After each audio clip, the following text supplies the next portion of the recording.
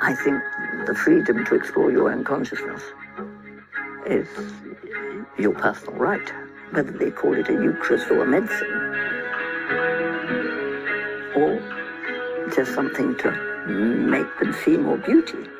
You're cheating beauty if you go and see it in a way without enhancing your potential to see beauty. I had a graduate student, and I think this was his original quotation. He said, make one drug illegal and a more dangerous one takes its place.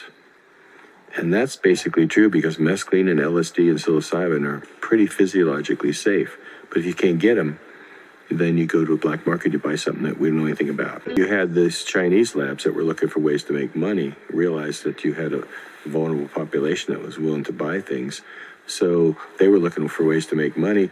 And how did you get in touch with them? Through the internet. They had sites on the internet. You could order the chemicals. So the internet combined with largely the Chinese companies really helped to promote that.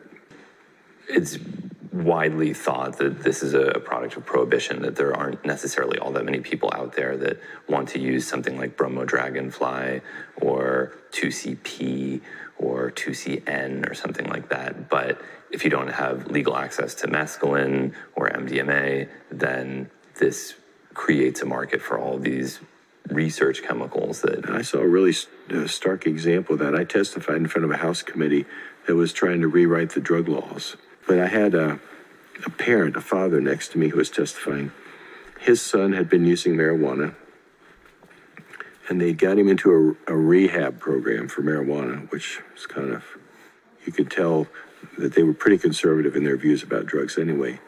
And his son had gotten through the rehab program and had been rehabilitated from his use of marijuana, whatever, and went to a party, and somebody had spice there and had said, oh, this is a safe alternative to marijuana, and it's legal.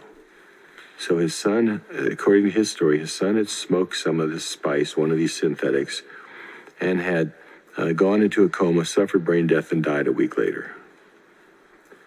Now, I think there must have been more to the story than that, but some of the spice analogs are quite toxic. And I'm sitting there thinking, but you know, if marijuana was legal, your son would still be alive. He wouldn't have even tried this legal alternative. He would have just smoked marijuana. So I think there's a lot of the problems are caused by the prohibition, and the, just the strict enforcement. You still see people in Arkansas and Alabama getting sent to jail for possession of a half ounce of marijuana. So if you get caught with LSD, well, that's really a dangerous drug. You should be in jail. You should be prosecuted for that. It just doesn't make any sense. And so people look for these legal alternatives that they think, well, if I get caught with it, I won't get arrested. So they take things that are much more dangerous to their health than if they could just get real LSD or real mescaline. Right.